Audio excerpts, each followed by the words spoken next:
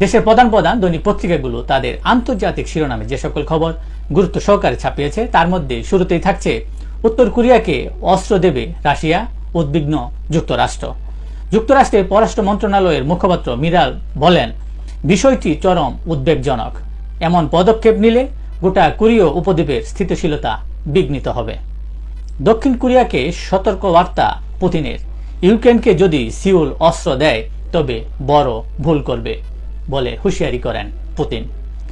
ইউক্রেনের সাথে শান্তি আলোচনায় প্রস্তুত রাশিয়া, বলছিলেন পুতিন।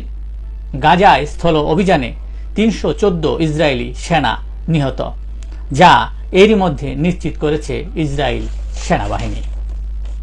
পারমাণবিক অস্ত্র নিয়ে যুক্তরাষ্ট্র ও চীনের আনুষ্ঠানিক বৈঠক।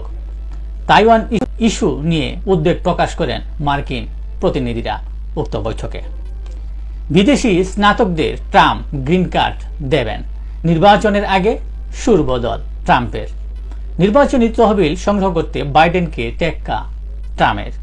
হিজবুল্লাহর সঙ্গে সংঘাত এড়াতে ইসরায়েলকে ব্লিংকেনের পরামর্শ। অপুষ্টি আর রোগব্যাধিতে ধুঁকছে গাজার শিশুরা, অনিশ্চয়তার মুখে শিক্ষা জীবন। ঝাঁকুনি দিয়েছে সংস্কারপন্থীরা। ইরানে প্রেসিডেন্ট নির্বাচন। পাশ্চাত্যের সঙ্গে নিষেধাজ্ঞা প্রত্যাহারের আলোচনা ও হিজাব ইস্যুতে নমনীয় তিনি। পিছু হটতে বাধ্য হয়েছে কট্টরপন্থী প্রতিদ্বন্দ্বীরা। এই ছিল দেশের প্রধান প্রধান দৈনিক পত্রিকার শিরোনামে উঠে আসা শীর্ষ সংবাদ, যা নিয়ে এতক্ষণ আপনাদের মাঝে উপস্থিত ছিলাম। আশা করি আপনাদের ভালোই লেগেছে। সার্বিক খবরের বিবেচনায় যদি আপনাদের কোনো অভিমত, অভিব্যক্তি, সমালোচনা কিংবা কোনো পরামর্শ থেকে থাকে তাহলে অবশ্যই কমেন্টসে জানাবেন।